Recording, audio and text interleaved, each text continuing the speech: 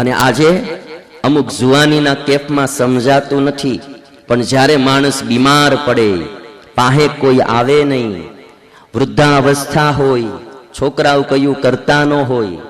અમારે કાક બાપુએ ગાયું ને કે આ ગળ હતો તે હું નહીં, આ ગળ હતો તે હું નહીં.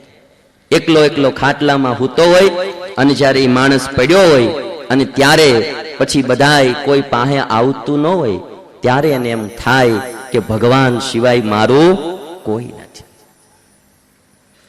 આ લોકમાં બહુ હરખું આવી જાય છે ને તોય માણસ છે ને ભગવાન નથી ભજતો. આ લોકનું હરખું હાલે ત્યાં સુધી માણસને ભગવાન બાજુ પ્રીતિ જ નથી થતી.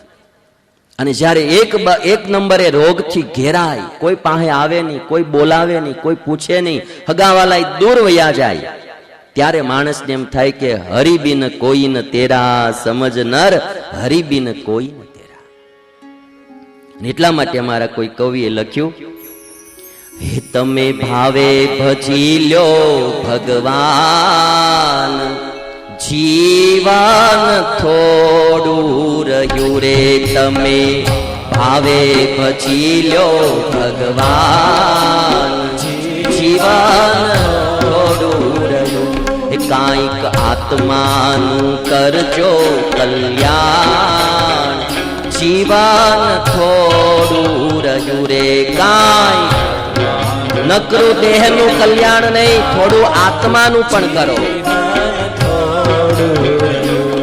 એને દીધેલા કોલ તે ભૂલી ગયા,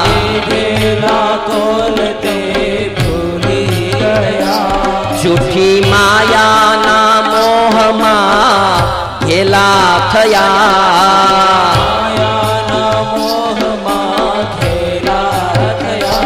ચેતો ચેતો શું ભૂલ્યા છો ભાસ, જીવન થોડું રહ્યું રે, તમે